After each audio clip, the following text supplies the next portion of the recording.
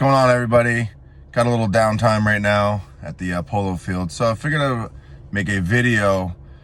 This video is going to apply to people who are currently renting, maybe if you're a landlord and you have renters, if you're thinking about renting or whatever, basically because of how out of control the Florida market specifically is. I know it's kind of everywhere, but specifically the Florida market, why people's rent is increasing, why they're having a hard time finding places, you know, what the future might look like, kind of cover all that stuff.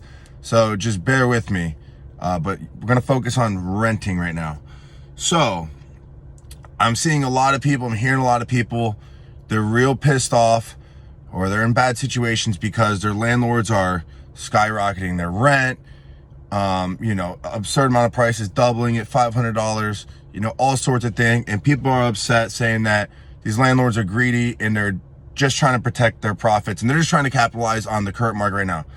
Okay, yes, part of that is absolutely correct. You know, they're thinking of it as a business, and I'm not sticking up for the landlords by any means. I have rental properties myself. I'm not sticking up for these landlords, the ones that are overhiking it, but I want you to understand why they are increasing their prices. Yes, some of them are strictly capitalizing on this market right now, but also what a lot of people don't understand is the insurance prices, especially in Florida, they've basically all decreased the amount of years they're giving on people's roofs. And if you don't have a roof with a certain age, they're pretty much forcing these people to put on new roofs immediately, or they're not going to insure you. And what that's doing is creating a lapse in coverage, which then if you go get insurance, your insurance is doubling. And even if your roof is in decent shape, you know, one of my properties alone, my insurance went up $1,800. So that alone, I mean, that alone is $150 more a month, you know, out of my pocket essentially. So that's one small increases. The insurance has been an issue. So tax increases are pretty minimal. There's a 3% cap for your taxes every year. So there's really not much increase on that, and that's not why they're justifying raising people's rent as much. But you got to figure, if somebody didn't raise your rent, like one of my properties alone, I haven't raised my rent on the lady in 6 years. So at 6 years, I've had tax increases and minor insurance increases. So you got to think now that's all kind of accumulated, because now the numbers and the margins are tight, where I actually lost money on one of my properties last year, you know, when I look at it. So accumulate all those years, add up. Third thing is just overall maintenance. How much stuff costs to get someone to work there? Granted, you know, I do a lot of work myself, but some of your landlords, they probably don't do that, and they're hiring people, and it's taking people forever to get out there. And then, you know, because they're worried about their tenants, they pay an emergency fee to get somebody out there. So those increases are going on. So when you accumulate all those over a few years of maybe not raising rent and stuff, on top of, yes, capitalize the market, that's why they're raising rent. I'm not sticking up for them raising it certain amounts. You know, I can see a couple $100 or whatever, but that's why it's happening. So here, as the renter or the landlord, is how you can help yourself and lock yourself in a good situation. So if you are a renter, you obviously have a lease. Typically leases are a year long. So what you can do, even if you're midway through your lease, whatever, ask your landlord, ask him for an extension. Hey, I want to sign another year up front right now. Okay, you can add that. And what that's going to do is that's going to lock you in your current rate. So then they can't raise it on you. And a lot of times, if you are a good tenant, a landlord is going to want that, because that's security for them. If their bills are being covered, they're in a comfortable position, they like you, they're gonna want that. They're gonna ask for that, you know, and be welcome to it. And what that does is now it doesn't allow them when rent's up to raise your rent and cause you other issues. And then you got to move, you got to find a place and rent. You're not going to find something first cheap. And then you're gonna have to come with first, last, and security again, and all those issues. So it's gonna save you those problems up front, and it's gonna help them out because now they feel secure and they feel like everything is good. You can ask for. All right, sorry, I had to cut the video there. Like I said, I'm at the polo fields. I'm actually waiting to be a medic for a couple of the teams right now for a game, and the manager came by and want to talk to me about the scoring. All right, but we're back. So, like I said, that's going to give you security. It's going to give them security for a little bit longer. That's going to buy you more time.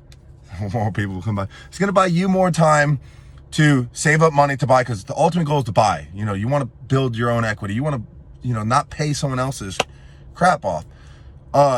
So, if you think the market's going to come down, if you just, hey, I'm getting raised at the end of the year and then I'll be able to buy, my credit's going to be good, whatever your situation is, that's going to buy you more time without them raising the rent or forcing you out and move, and then it's going to cost you more money. So really think about that. Call your landlord, talk to them, offer them, so, hey, we'll start taking care of, some places the landlords pay for the water bill or part of the electric or the internet, hey, we'll start paying that, whatever, make it worth their while, and it's worth your while might save you a little bit of money.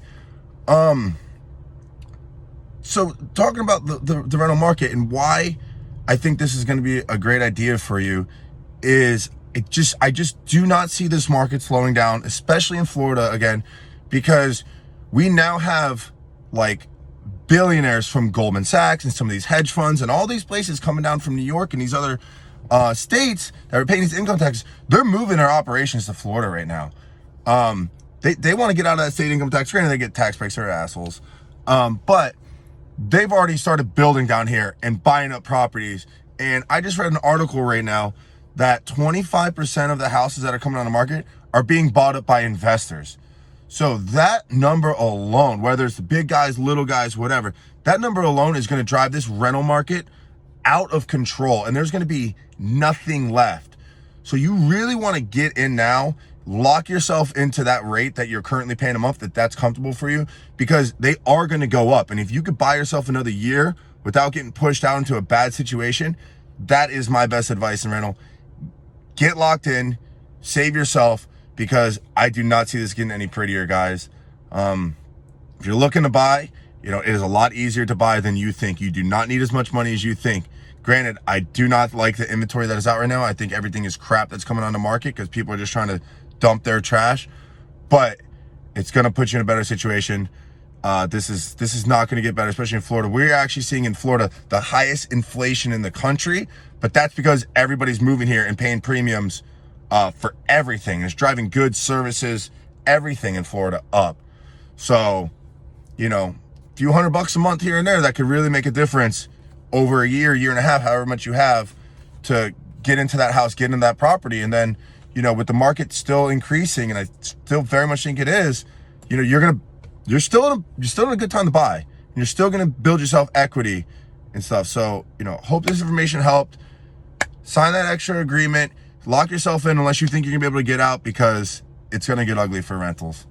Hope you guys have a great day. Take care. Hope that wasn't too long. Have a good one.